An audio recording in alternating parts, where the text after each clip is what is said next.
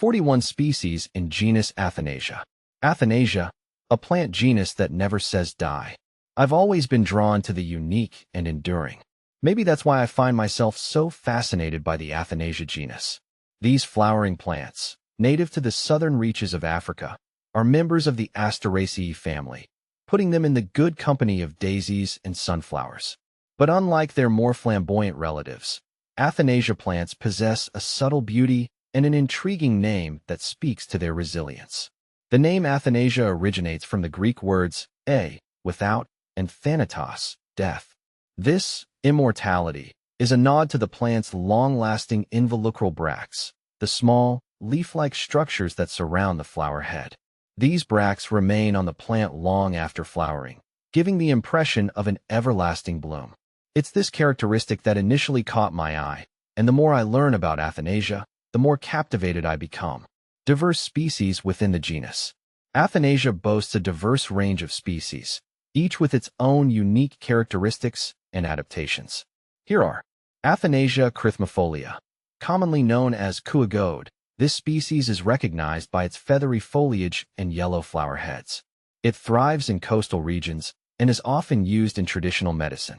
Athanasia dentata, with its toothed leaves and bright yellow flowers, this species is a popular garden plant. It's known for its hardiness and ability to attract pollinators. Athanasia trifurcata, also known as the coulter bush, this species features fine, needle-like leaves and small, yellow flower heads. It's highly aromatic and adapted to arid environments. See full list at monsteraholic.com. Adaptations and ecological significance. Athanasia plants are true survivors. They've evolved to thrive in the challenging conditions of southern Africa, from the arid Karoo to the fynbos with its nutrient-poor soils. Their adaptations include drought tolerance. Many Athanasia species have developed mechanisms to conserve water, such as small, hairy leaves and deep root systems. Fire resistance. In fire-prone regions, some species have evolved thick bark or the ability to resprout quickly after a fire. Chemical defenses. Several species produce aromatic oils that deter herbivores and protect against disease.